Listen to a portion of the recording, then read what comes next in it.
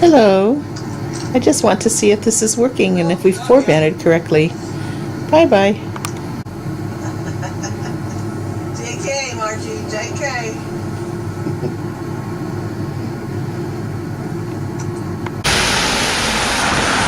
Here are some places in Skowhegan where Margaret Chase Smith traveled and walked as a child. The buildings have ivy growing on them. Some are very, very old. Some of them have burned down and left vacant lots. Behind them you can see the old churches and the courthouse. This is now the downtown of Skowhegan, Maine, where Margaret Chase Smith grew up.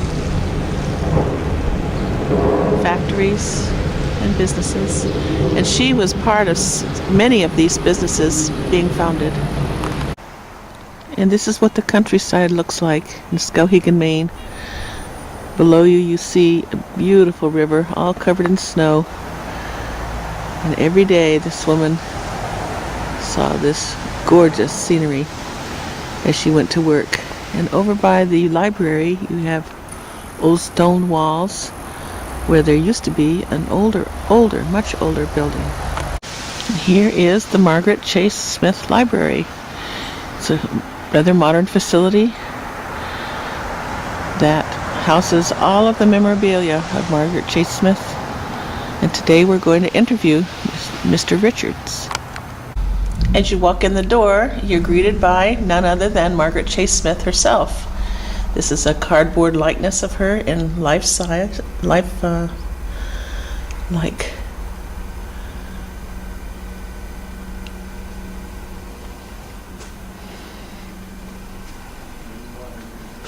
Many, many pictures all around the hall of this remarkable woman.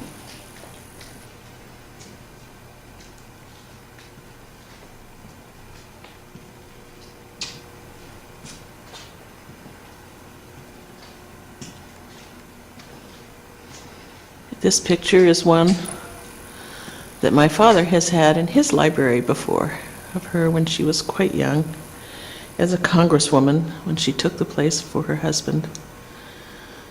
This woman has created many important roadways for other women.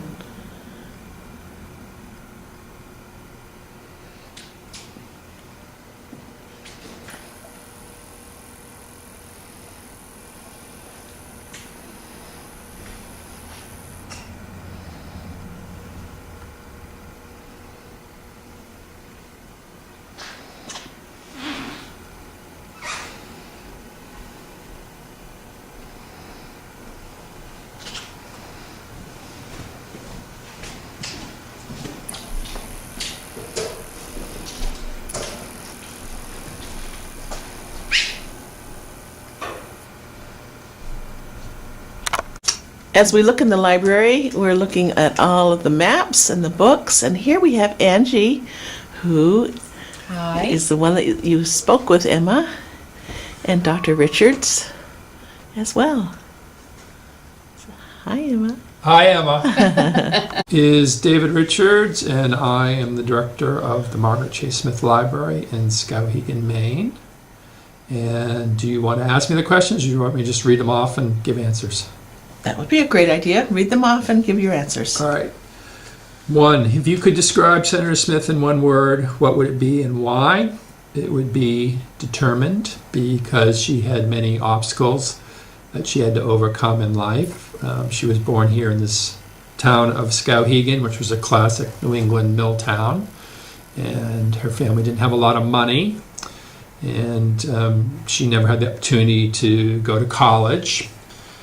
And the big obstacle that she faced as she was growing up as being a woman at a time when women didn't have lots of opportunities. One of the things I always like to point out is that when she graduates from high school in 1916, women still don't have the right to vote in this country, which makes the career that she had all the more remarkable. But she didn't let any of those obstacles stand in her way. She's a very determined person pursuing her goals and dreams.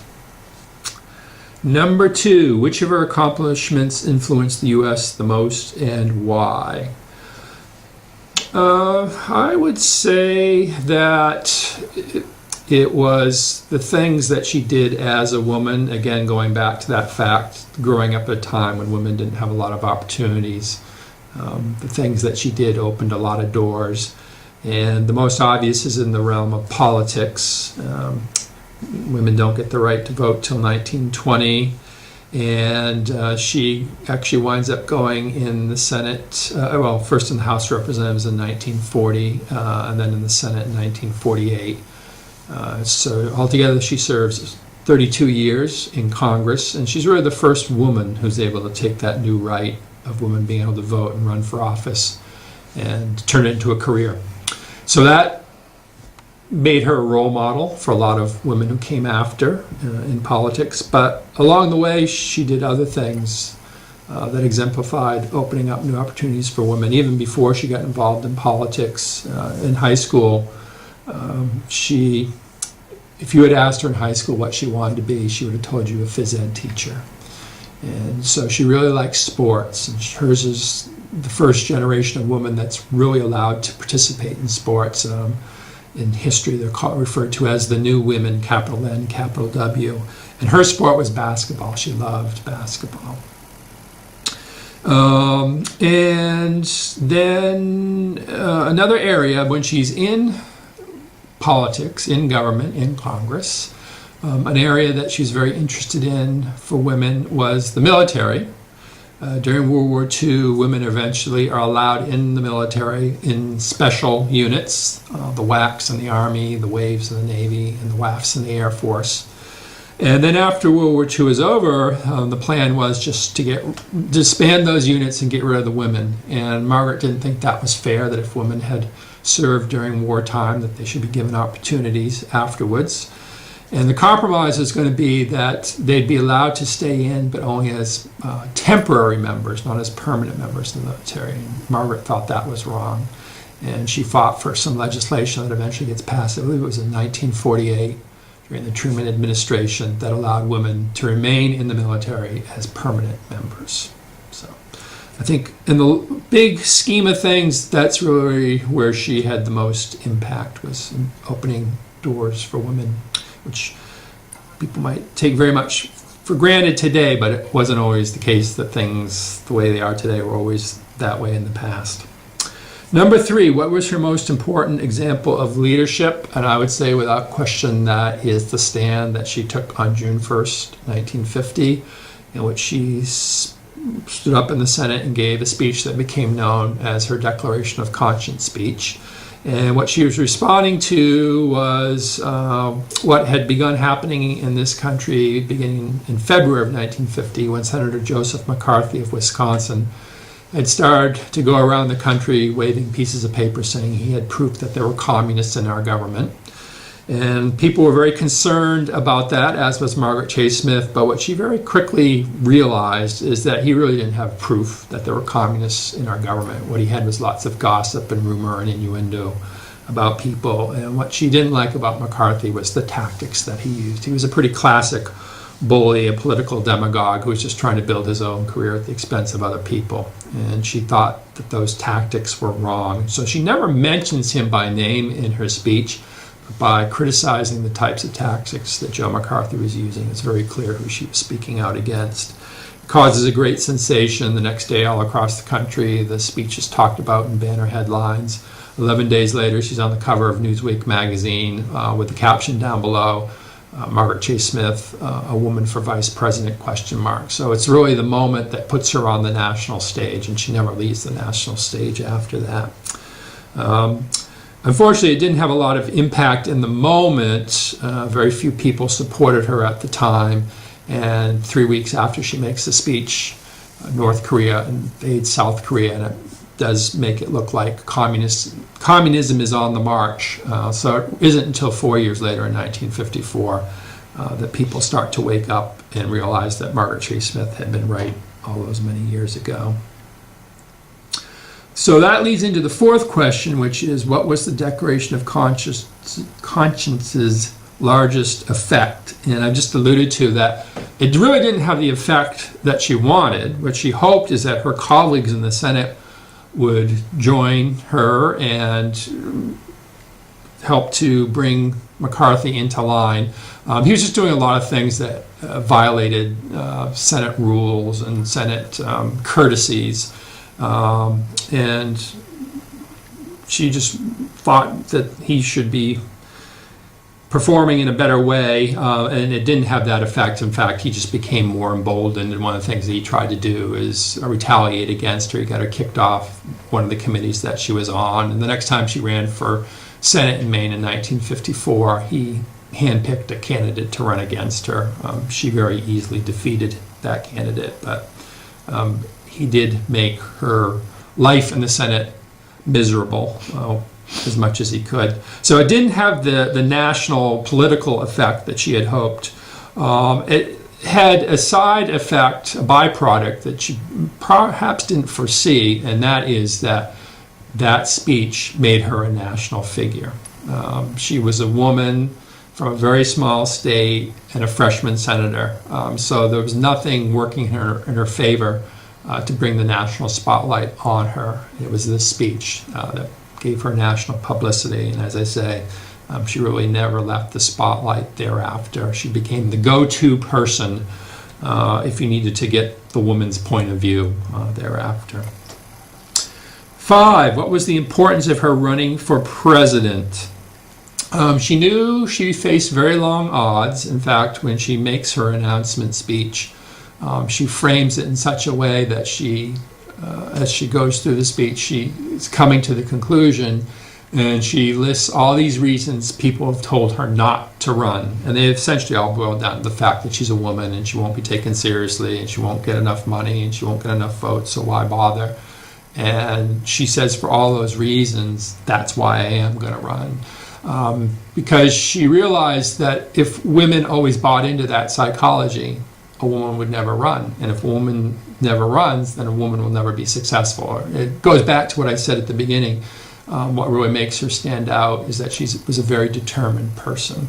If you wanted to know what Margaret was going to do, the easiest way was to tell her she couldn't do something, and then you knew she'd try to do it. So part of what she gained out of running for president was that she understood that she was a role model.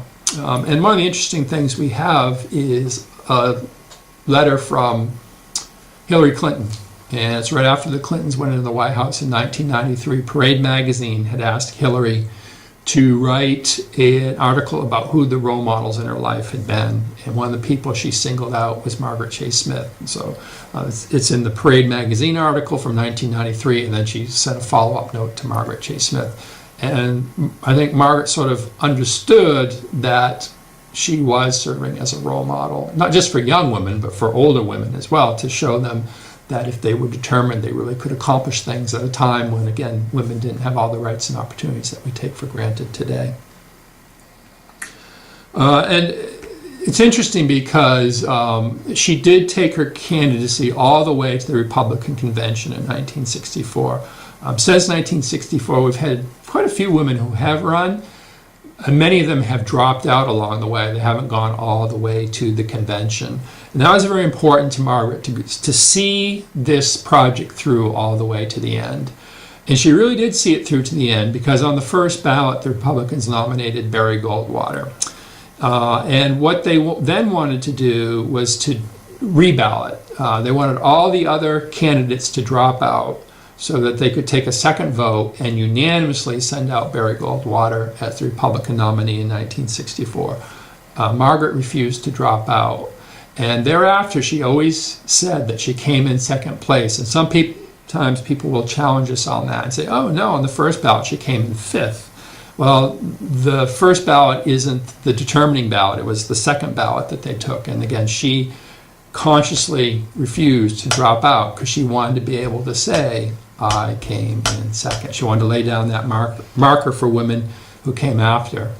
And one of the introductory videos that we showed to visitors to the library, Margaret is on it, and she says, "I came in second." So that was very important to her, to lay down that marker. And the sixth and final question is there anything else that really stands out about Margaret Chase Smith to you? Well, since it's directed to me, there is one aspect of her career that's not very well known, but it's very fascinating to me personally, and that is she was a very strong supporter of the space program. And there actually is an Oklahoma tie-in to that, and that she served with a senator from Oklahoma named Robert Kerr. And Robert Kerr was also a very strong supporter of the space program. This all comes about after 1957. In October of 1957, the Soviet Union put the first satellite in space called Sputnik, and that alarmed America. We had looked at the Soviet Union as being a backward technological country, but how could that be the case if they were able to put a satellite in space before the United States was able to? So it was a wake-up call to this country, and one of the wake-ups was that we needed to invest more in education, and more in math and science from a federal level. And then in Congress, what they decided needed to happen was a special committee needed to be formed. It was called the Aeronautical and Space Sciences Committee. And Margaret Chase Smith and Robert Kerr were some of the first members of that. And it's that committee that helps to create NASA, which runs our space program and oversees the space program. So she's there right from the beginning with our first space program, which was called the Mercury program. And there was 7 astronauts, and they did pretty simple missions. They went up in space, they came down, they went up, they orbited the Earth a couple times, they came back down. Astronauts like Alan Shepard, who was our first American in space, and John Glenn, who was the first American to orbit the Earth. And then the next project was the Gemini project, and those were 2-man missions. And then President Kennedy gets elected in 1960, becomes sworn in 1961, and he lays out a challenge to this country that before the end of the decade he wants to see a man on the moon. And we're having what's called the space race as part of the Cold War with the Soviet Union. And the Soviet Union has kept beating us in space. They had the first satellite, they had the first man in space, they had the first spacewalk, they had the first woman in space. President Kennedy says America is going to be the first country to put a man on the moon. And that's the Apollo program. And we do pull that off in July of 1969.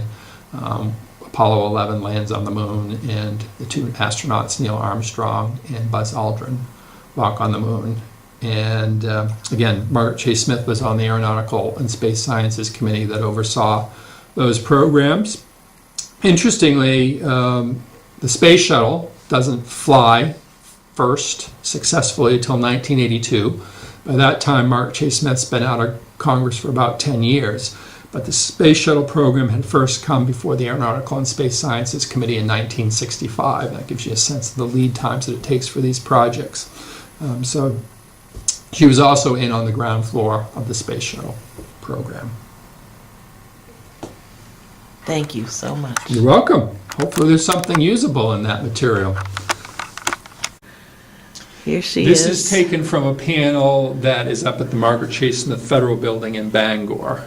They just refurbished the building last year, and they wanted to have more material about Senator Smith present in the building. These are great. It's an indication of the significance of her running for president is, as a woman, the media. All of this. Actually,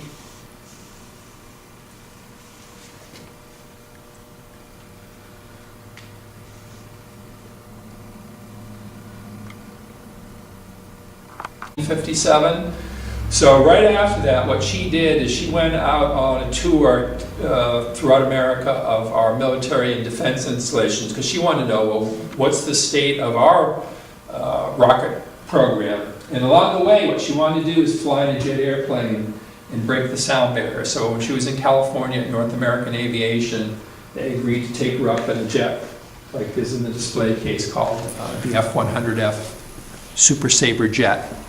And so this is the flight suit she had to wear, and this is her getting the training on how to use the ejection seat in case something went wrong. So kids walk in and say, "Margaret went to prison?" That. What's interesting about this, one of the places that she was very popular during the campaign was Illinois. There was a whole committee out there that had helped to draft her to run. And what's significant about that, she actually did very well in that election. That's this, you can see this cartoon comes from Illinois. That's where Hillary Rodham is growing up, in the suburbs of Chicago. This is when women started to have the official capacity in the service. And here's a young Margaret Chase Smith in an awful pretty little dress that was quite modern back then. Yeah. And here she is. This is the basketball team her senior year in high school, 1916. And you can see they're posed by a basketball. It says champs on it. They considered themselves to be the state champs that year because they had beat all their challengers. Yes, that was a very well Research written book. goes on and on and on. Very well written, so. Very good. Well, I will do that. Yes, that was a nice photo of her, certainly. Okay. Well, thank you for calling. I'm sorry? Which stamp? Smith's picture was taken by a fellow in California. She was at a function and she was being entertained by some ladies and being honored. And he actually did the painting from a snapshot he took with an Instamatic camera. And he brought it here during my time. And I very, very much liked it because of the expression on her face. And I always ask boys and girls when they come through here on field trips, when they look at the painting, what do they think she might be feeling? What do they think her emotions might be? And there are all sorts of answers. They think she's, some actually say they think she's happy. They think she's sad. They think she's angry. And so we go around with a little discussion of that. And finally I tell them that the man who did it, his name was Minervini. Mr. Minervini actually said that she was listening. And I've always called the look on her face there her listening look. And so I tell that to the boys and girls, and then I ask them to see what they can tell is missing from the painting. And they have to decide what thing it might be, and depending on their age, sometimes they say her arms, her legs in the background. But most of them know right away that it's the rose, which was a trademark that she always used. So that's the story. She always wore a rose? She always wore in her lapel, she had a little vial that contained water and it held roses, and she used that as a way of distinguishing herself from the men who were in the Senate, who were in suits and so on. So she wore that to be a little bit more feminine.